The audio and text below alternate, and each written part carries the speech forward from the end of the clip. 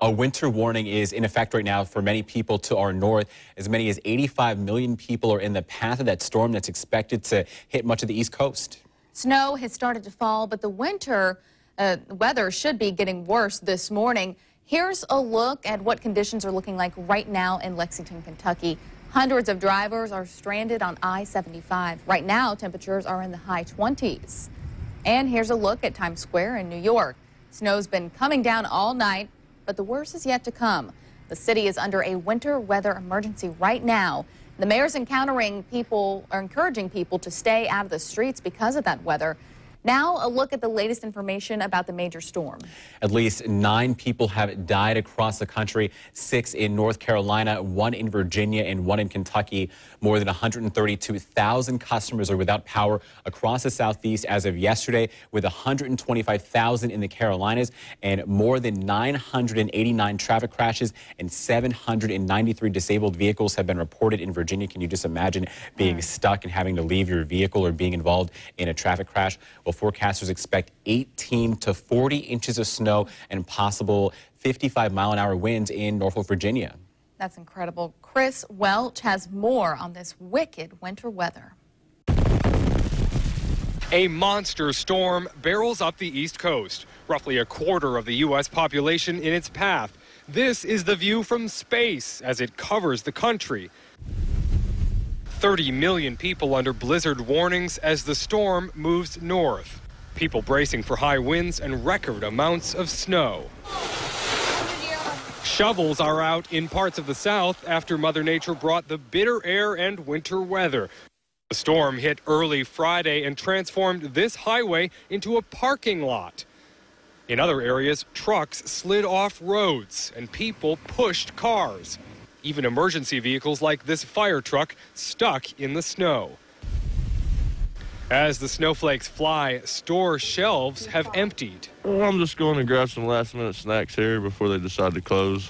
One of the storm's biggest targets, Washington, D.C. Some decided to play in the cold, while others jog, looking as if they're dressed for summer, even as the snow falls. The mayor issuing an ominous warning for people to stay safe. I want to be very clear with everybody. We see this as a major storm. It has life and death implications. More than 8,800 flights have been canceled through Sunday. Here locally, several flights are going to the Northeast. Well, they've been delayed as well. And you can imagine a lot of people at the airport are frustrated. So Channel 4's Chris Preno is joining us live at Jacksonville International Airport this morning. Chris, are there still stranded passengers there this morning?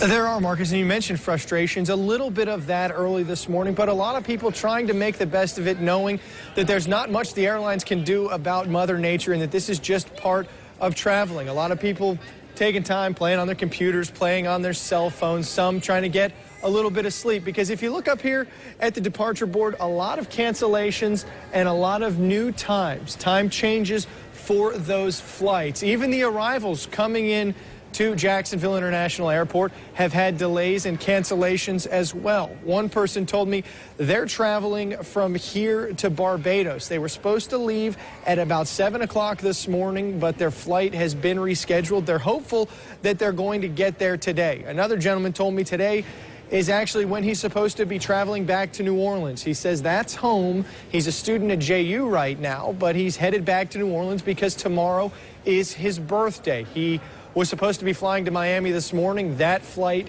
delayed, so they rebooked him on a flight to Charlotte and then to New Orleans. Now he's worried because of the storm in New Orleans that he's not even going to be able to get back there tonight and in time to celebrate his birthday with friends and family out there. So a lot of people here impacted by these delays already, and it's just after 8 o'clock in the morning. The flight was to leave at 7. It's going to be 10:30, so we miss our Barbados flight that was supposed to leave there at 9, so now we don't get there till 10:30 tonight or sometime like that.